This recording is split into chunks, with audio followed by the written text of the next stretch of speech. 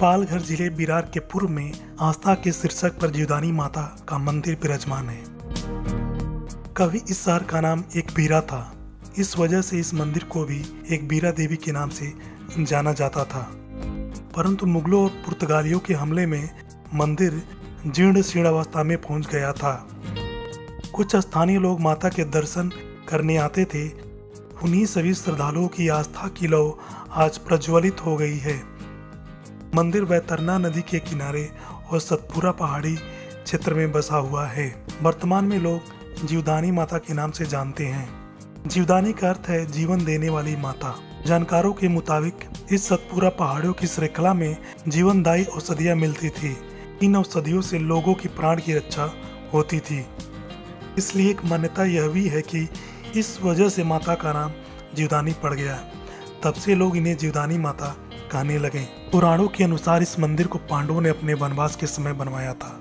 उन्होंने सतपुरा पर्वतों में एक बीरा माता को एक गुफा में स्थापना की। वे इन्हें भागवती जीवदानी कहते थे। पांडवों ने उस समय इस मंदिर के आसपास संतों, ऋषियों और मुनियों के लिए कई गुफाओं का निर्माण किया था। तब से इस क्षेत्र को पांडव डोंगरी के नाम से भी जाना जाता है। इस मंदिर से कई और भी किंवदंती जुड़ी हुई है। पौराणिक कथाओं में उल्लेख मिलता है कि आदि शक्ति ने राजा दक्ष की पूजा में भगवान शिव के अपमान पर अपने शरीर को हवन की अग्नि में तर्पण कर दिया था। भगवान शिव आदि शक्ति के शरीर को लेकर जा रहे थे। तब भगवान विष्णु ने अपने सुदर्शन चक्र से 51 हिस्सों में विभाजन कर दिए थे। माता आदिशक्ति के टुकड़े जहां गिरे थे वह जगह शक्तिपीठ बन गई। जीवदानी माता भी महाराष्ट्र के 18 शक्तिपीठों में से एक हैं। स्थानीय लोग एक और मंदिर से जुड़ी कहानी का जिक्र करते हैं। गांव का एक महार था जो अछूत कहलाता था। महार इसी पहाड़ी के नीचे अपनी गाय चराता था। महार की गायों के साथ एक और भी गाय घास चरने आती थी, लेकिन शाम होते ही वो गायब हो जाती थी। एक दिन महार ने गाय के मालिक को ढूंढते हुए गाय के पीछे पीछे पहाड़ों पर चला गया। गाय पहाड़ पर चढ़ते ही गायब हो गई।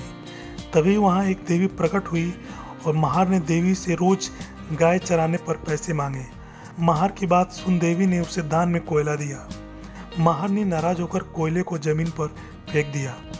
महार ने जब यह बात गांव के लोगों को बताया तो लोगों ने कहा कोयला शुभ होता है। देवी माँ ने उसे मोक्ष प्रदान किया और बताया कि वह गाय कामधेनु है जो उसे मोक्ष प्रदान करेगी।